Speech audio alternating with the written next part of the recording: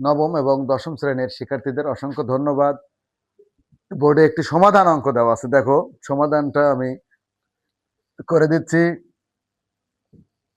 x minus a divided a square minus b square equal x minus b divided b square minus a square।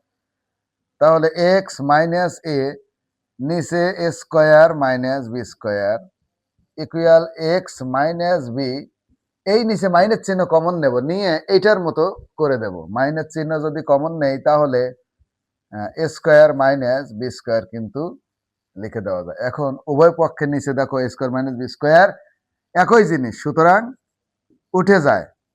তাহলে x minus a নিচে তো কিছু নাই, এখানে x minus b। প্রশ্ন হলো এই মাইনাস চিহ্নটা কিন্তু রয়ে যায়, এটা এইখানে দিতে হবে।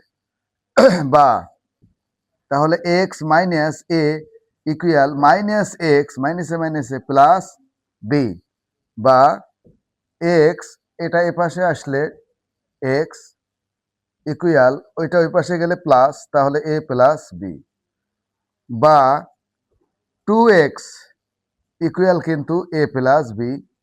সুতরাং x সমান a প্লাস b ডিভাইডেড 2।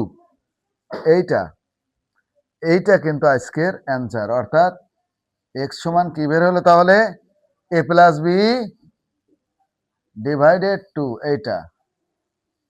ধন্যবাদ।